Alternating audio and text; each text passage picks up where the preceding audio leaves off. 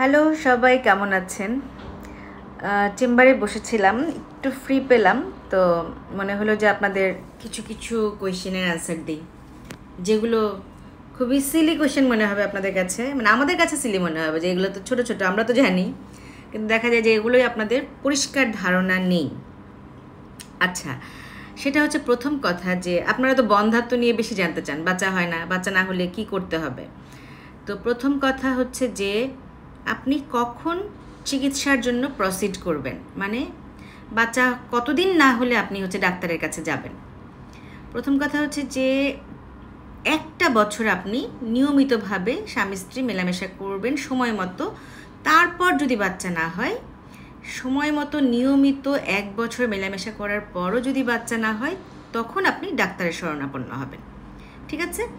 আচ্ছা, এখন ওই যে সময় মতো বললাম, সময় মতো বলতে কি বোঝানো হয়, যে বাচ্চা হওয়ার ব্যাপারটা আপনাদের আমি সব সময় বলি, কবিতা পড়ার মতো করে বলতেই থাকি, যে কখন থাকলে বাচ্চা হওয়ার সম্ভাবনাটা বেশি থাকে।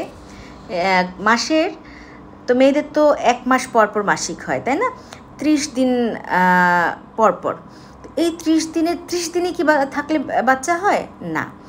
এই মানে মজার ব্যাপার এটাই, বা এটা আপনারা হয়তো জানেন না, যে এই 30 দিনের মধ্যে 20 দিনই কিন্তু মেলামেশা করলে বাচ্চা হয় না, মাত্র 10 দিন মেলামেশা করলেই বাচ্চা হয়। সেটা কোন 10 দিন? যেদিন মাসিক শুরু হয় সেটাকে যদি প্রথম দিন ধরেন, হ্যাঁ, তাহলে এই মাসিকের প্রথম 10 দিন মেলামেশা করলেও বাচ্চা হয় না, শেষ 10 দিন মেলামেশা করলেও বাচ্চা হয় না, একমাত্র মাঝখানে 10 দিন মেলামেশা করলেই বাচ্চা হয়।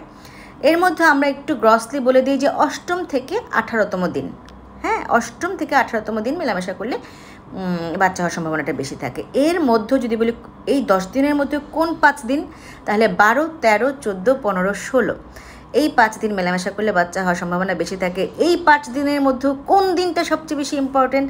14তম দিনটা। শতকরা 90% বাচ্চাই এই দিন মেলামেশা করলে বাচ্চা হয়।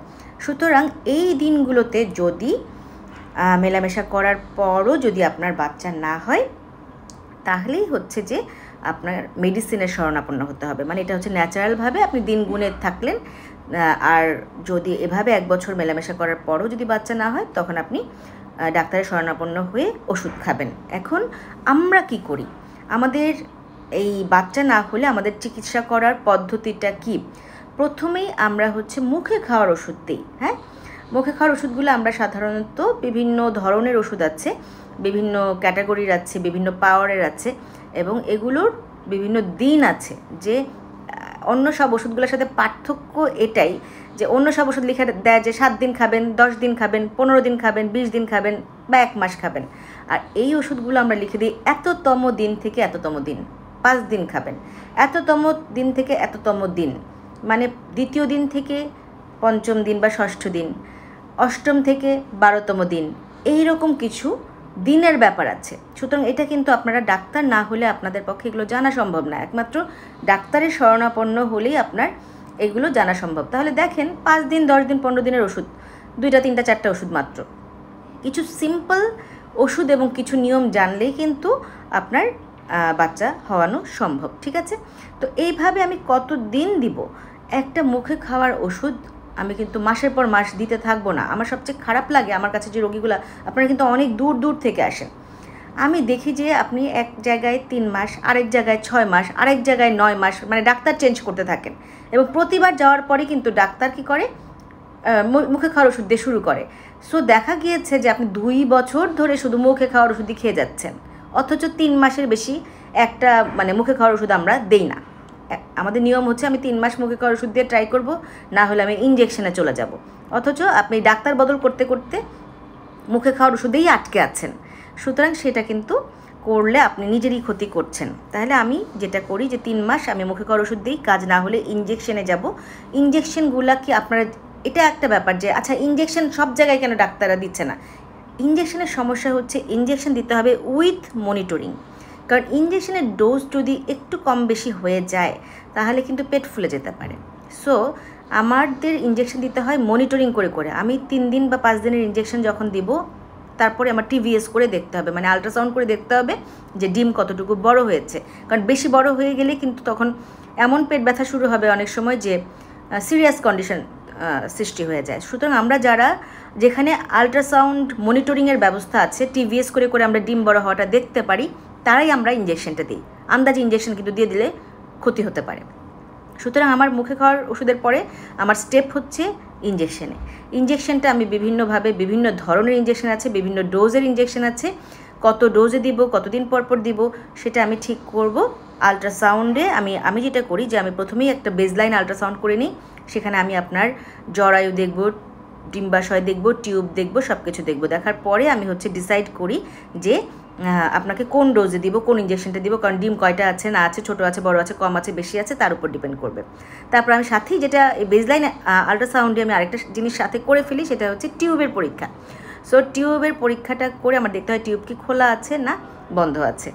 টিউব যদি খোলা থাকে তখনই আমি হচ্ছে এই ইঞ্জেকশনগুলো, কারণ ইঞ্জেকশনগুলো যেহেতু দাম বেশি, আমি কিন্তু আন্দাজে টিউব না দেখে আমি দিব না, ইঞ্জেকশন দিব না।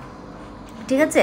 তাহলে এই করার পরে আপনার হচ্ছে যে ইঞ্জেকশন দেওয়ার পরে এরপর হচ্ছে আমরা যদি তারপরেও কাজ না হয় 3 মাস পরে আমি হচ্ছে চলে যাই আইইউআই নামক একটা প্রসিডিউর আছে। সেখানে যদি আইইউআইতেও কাজ না হয় তখন হচ্ছে আইভিএফে। আইইউআইও আমি ধরেন 3 বারের বেশি করি না আমি সাধারণত, তবে কারো কারো দেখা যায় যে প্রথমবারেই হয়ে যায়, কারো কারো 2 বার 3 বার লাগতে পারে। ঠিক আছে?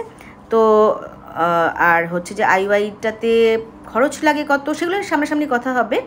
আর ল্যাপারোস্কোপি কখন লাগে, যে কিছু কিছু রোগীর হচ্ছে যে মেডিসিনে কাজ না হলে, ইঞ্জেকশনে যদি রেসপন্ড না করে, তখন আমরা ল্যাপারোস্কোপিতে যাই। বা কারো যদি সিস্ট থাকে বা টিউমার থাকে, তখনও আগে ল্যাপারোস্কোপি করে পরে ট্রিটমেন্ট দেওয়া লাগতে পারে। সো সামনাসামনি আসবেন, কথা বলবেন। আপনার কাছে যেটা খুব কঠিন সমস্যা মনে হচ্ছে, আমাদের কাছে আসলে সেটা দেখা যাবে অত কঠিন সমস্যা না, এটা খুব অল্প সময়ে সমাধান করে ফেলা সম্ভব। ঠিক আছে? তাহলে আমি কোথায় বসি? আমি আনোয়ার খান মডার্ন ধানমন্ডিতে, মানে ঢাকায়।